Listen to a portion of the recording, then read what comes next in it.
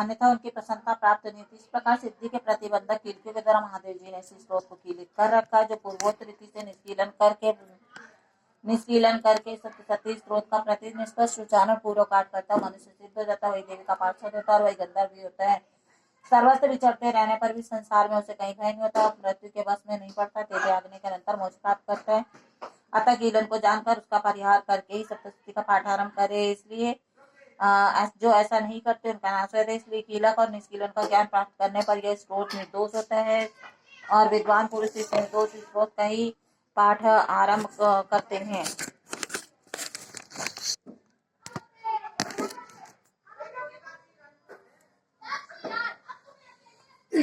स्त्रियों में जो कुछ भी सौभाग्य दृष्टि गोचर हो रहा सब देवी के प्रसाद का पहले आता है। इस कल्याण में स्त्रोत का सदा जप करते रहना चाहिए।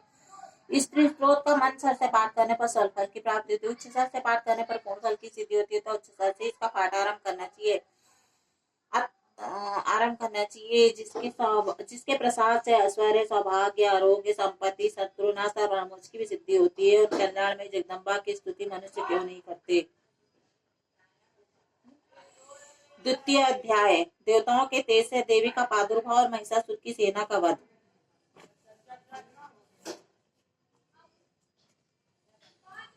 ओम मध्यम चरित के विष्णु ऋषि महालक्ष्मी देवता उष्णिक छंद शाकंभरी शक्ति दुर्गा बीज वायु तत्व और यजुर्वेद स्वरूप है। श्री महालक्ष्मी की प्रसन्नता के लिए मध्यम चरित्र के पाठ में इनका विनियोग है। मैं कमल के आसन पर बैठी हुई प्रसन्न मुख वाली महिषासुर मर्दनी भगवती महालक्ष्मी का भजन करती हूँ, जो अपने हाथों में अक्षमाला, वर्षा, गदा, बाण, वज्र, पद्म, धनुष, कुंडिका, दंड, शक्ति, खड्ग, ढाल, शंख, घंटा, मधुपात्र, शूल, पाश और चक्र धारण करती हैं। ऋषि कहते हैं, पूर्व काल में देवताओं और असुरों में पूरे 100 वर्ष तक घोर संग्राम हुआ। उसमें असुरों का स्वामी महिषासुर था और देवताओं के नायक इंद्र थे। उस युद्ध में देवताओं की सेना महाबली असुरों से परास्त हो गई। संपूर्ण देवताओं को जीत कर महिषासुर इंद्र बन बैठा। तब पराजित देवता प्रजापति ब्रह्मा जी को आगे करके उस स्थान पर गए जहां भगवान शंकर और विष्णु विराजमान थे। देवताओं ने महिषासुर के पराक्रम तथा अपनी पराजय का यथावत वृत्तांत उन दोनों देवसुरों से विस्तार पूर्वक कहा। वे बोले, भगवान महिषासुर सूर्य, इंद्र, अग्नि, वायु, चंद्रमा, यम, वरुण तथा अन्य देवताओं के भी अधिकार छीनकर स्वयं ही सबका अधिष्ठाता बन बैठा है। उस दुरात्मा महिष ने समस्त देवताओं को स्वर्ग से निकाल दिया है। अब वे मनुष्यों की भांति पृथ्वी पर विचरते हैं। दैत्यों की यह सारी करतूत हमने आप लोगों से कह सुनाई। अब हम आपकी ही शरण में आए हैं, उसके वध का कोई उपाय सोचिए। इस प्रकार देवताओं के वचन सुनकर भगवान विष्णु और शिव ने दैत्यों पर बड़ा क्रोध किया। उनकी भवें तन गईं और मुंह टेढ़ा हो गया। तब अत्यंत कोप में भरे हुए चक्रपाणी श्री विष्णु के मुख से एक विशाल महान तेज पुंज प्रकट हुआ। इस प्रकार ब्रह्मा, शंकर तथा इंद्र आदि अनन्याय देवताओं के शरीर से भी भारी तेज निकला। वह सब मिलकर एक हो गया। महान तेज का वह पुंज ज्वलमान पर्वत सा जान पड़ा। देवताओं ने देखा, वहां उनकी ज्वालाएं संपूर्ण दिशाओं में व्याप्त हो रही हैं। संपूर्ण देवताओं के शरीर से प्रकट हुई उस तेज की कहीं तुलना नहीं थी। एकत्रित होकर वह एक नारी के रूप में परिणित हो गया और अपने प्रकाश से तीनों लोकों में व्याप्त जान पड़ा। भगवान शंकर का जो तेज था उससे उस देवी का मुख प्रकट हुआ। यमराज के तेज से उनके सिर में बाल निकल आए। श्री विष्णु भगवान के तेज से उनकी भुजाएं उत्पन्न हुई। चंद्रमा के तेज से दोनों स्तनों का और इंद्र के तेज से मध्य भाग का प्रादुर्भाव हुआ। वरुण के तेज से जंघा और पिंडली तथा पृथ्वी के तेज से नितंब भाग प्रकट हुआ। ब्रह्मा के तेज से दोनों चरण और सूर्य के तेज से उनकी उंगलियां हुई।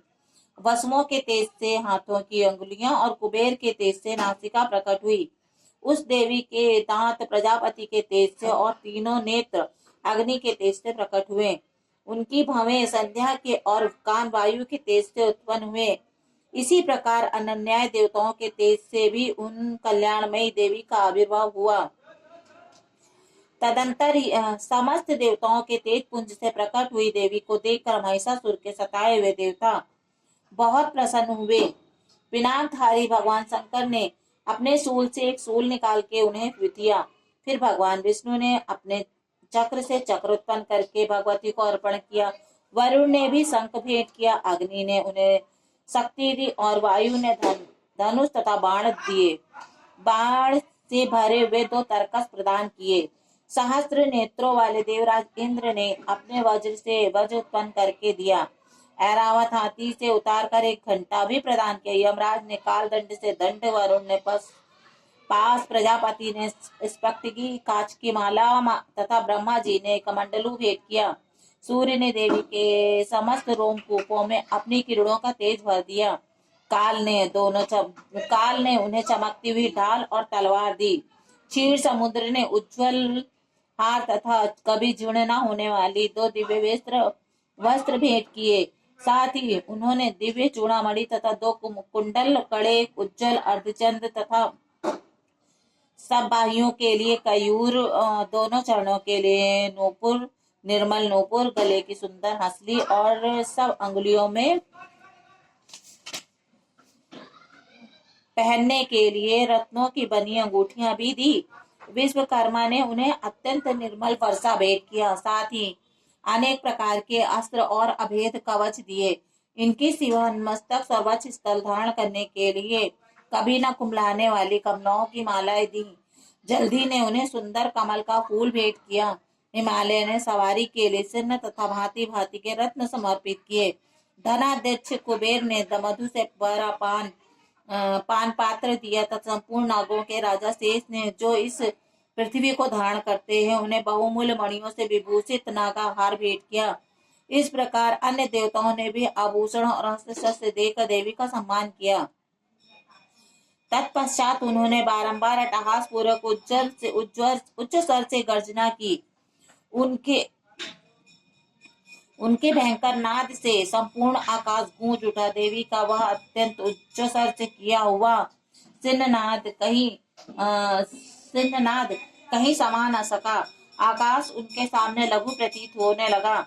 उसमें बड़े जोर की प्रतिध्वनि हुई, जिनसे संपूर्ण विश्व में हलचल मच गई और समुद्र कांप उठे, पृथ्वी डोलने लगी और समस्त पर्वत हिलने लगे। उस समय देवताओं ने अत्यंत प्रसन्नता के साथ सिन्हवाहिनी भवानी से कहा, देवी तुम्हारी जय हो। साथ ही महर्षियों ने भक्ति भाव से विनम्र होकर उनका स्तवन किया। संपूर्ण स्त्रीलोकों को क्षोभग्रस्त देख दैत्यगण अपनी समस्त सेना को कवच आदि से सुसज्जित कर हाथ में हथियार ले सहसा उठकर खड़े हो गए। उस समय से महिषासुर ने बड़े क्रोध से आकर कहा, यह क्या हो रहा है। फिर वह संपूर्ण असुरों से घिरकर उस सिन्हनाद की ओर लक्ष्य करके दौड़ा और आगे पहुंचकर उसने देवी को देखा, जो अपने प्रभा से तीनों लोगों को प्रकाशित कर रही थी। उनके चरणों के बाहर से पृथ्वी दबी जा रही थी, माथे के निकट से आकाश में रेखा से खींच रही थी तथा वे अपने धनुष की टंकार से सातों पतालों को क्षुब्ध किए देती थी।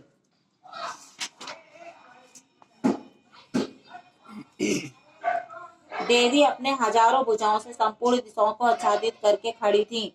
तदंतर उनके साथ दैत्यों का युद्ध छिड़ गया। नाना प्रकार के अस्त्र शस्त्रों के प्रहार से संपूर्ण दिशाएं उद्दासित होने लगी।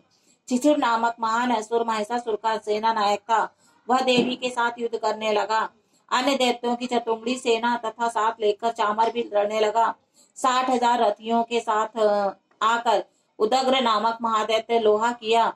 1 करोड़ रथियों के साथ लेकर महानु नामक दैत्य युद्ध करने लगा, जिनके रोए तलवार के समान तीखे थे। वे असिलोमा नाम का महादैत्य 5 करोड़ रथी सैनिकों सहित युद्ध में आ डटा।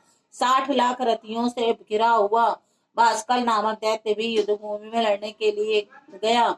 पारिवारिक नामक राक्षस हाथी पे सवार हो घुड़सवारों के अनेक दलों का 1 करोड़ रथियों की सेना साथ लेकर लड़ने लगा। बिडाल नामक दैत्य 5 अरब रथियों से घिरकर लोहा लेने लगा। इनके अतिरिक्त और भी हजारों महादैत्य रथ, हाथी और घोड़े की सेना साथ लेकर महादेवी के साथ युद्ध करने के लिए आए। स्वयं महिषासुर उस रणभूमि में कोटि कोटि सहस्र रथ, हाथी और घोड़े की सेना से घिरा हुआ खड़ा था। वे दैत्य देवी के साथ तोमर, बिंदीपाल, शक्ति, मूसल, खड्ग, परशु और पटीस आदि अस्त्र शस्त्रों का प्रहार करते हुए युद्ध कर रहे थे। कुछ दैत्यों ने उन पर शक्ति का प्रहार किया, कुछ लोगों ने पास फेंके तथा कुछ दैत्यों ने कटक प्रहार करके देवी को मार डालने का उद्योग किया। देवी ने भी क्रोध में भर कर खेल ही खेल में अपने अस्त्र शस्त्रों की वर्षा करके दैत्यों के समस्त अस्त्र शस्त्र काट डाले। उनके मुख पर परिश्रम का थकावट का रंग मात्र चिन्ह भी नहीं था।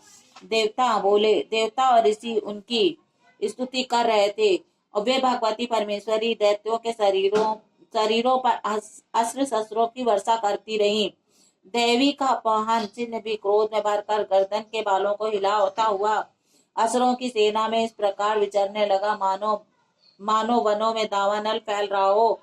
रणभूमि में दैत्यों के साथ युद्ध करती हुई अंबिका देवी ने जितने निश्वास छोड़े वे सभी तत्काल सैकड़ों हजारों गणों के रूप में प्रकट हो गए। परशु, बिंदीपाल, खड्ग और पटीस आदि अस्त्रों द्वारा असुरों का सामना करने लगे। देवी की शक्ति से बड़े हुए गण असुरों का नाश करते हुए नगाड़ा और शंख आदि बाजे बजाने लगे। उस संग्राम महोत्सव में कितने ही गण मृदंग बजा रहे थे। तदंतर देवी ने त्रिशूल से, गदा से, शक्ति की वर्षा से और खड्ग आदि से सैकड़ों महादैत्यों का संहार कर डाला। कितनों को घंटे के भयंकर नाच मूर्छित करके मार गिराया। बहुतेरे दैत्यों को पास से बांध कर धरती पर घसीटा। कितने ही दैत्य उनकी तीखी तलवार मार से दो दो टुकड़े में हो गए। कितनों की गदा की चोट से घायल हो धरती पर सो गए। कितने ही मूसल की मार से अत्यंत आहत होकर रक्त वमन करने लगे। कुछ दैत्य सूल से छाती पर जाने के कारण पृथ्वी पर ढेर हो गए। कुछ उस रणगण में बाण समूहों की वृष्टि, कितने ही असुरों की कमर टूट गई। बाज की तरह झपटने वाले देवी पिंडक दैत्यगण अपने प्राणों से हाथ धोने लगे। किन्हीं की बाहें छिन्न भिन्न हो गईं, कितनों की गर्दनें कट गईं। कितने ही दैत्यों के मस्तक कट कट कर गिरने लगे। कुछ लोगों के शरीर मध्य भाग में ही विदीर्ण होने लगे। कितने ही महादैत्य जांघें कट जाने से पृथ्वी पर गिर पड़े। कितनों को ही देवी ने एक बाह, एक पैर और एक नेत्र वाले करके दो टुकड़ों में चीर डाला। कितने ही दैत्य मस्तक पर कट जाने पर गिरकर फिर उठ जाते और केवल धड़ के रूप में ही अच्छे अच्छे हथियार हाथ में लेकर देवी के साथ युद्ध करने लगते। दूसरे कबद्ध युद्ध के बाजों की लय पर नाचते थे। कितने ही बिना सिर के धड़ के हाथ में खड्ग और शक्ति और वृष्टि लिए दौड़ते थे तथा दूसरे महादैत्य ठहरो ठहरो यह कहते हुए देवी को युद्ध के लिए ललकारते थे।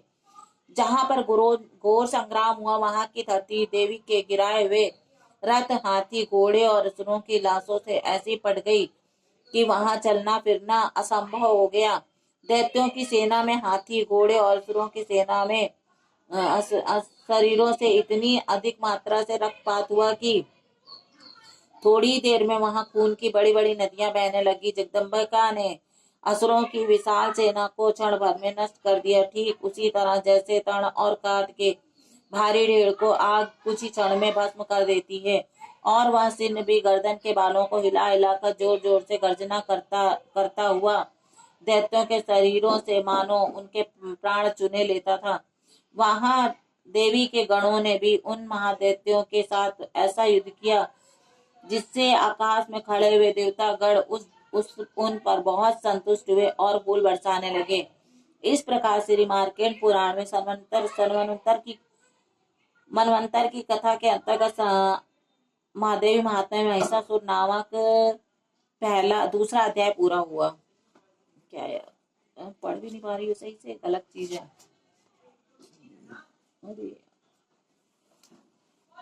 तृतीय अध्याय conclude क्षमा याचना।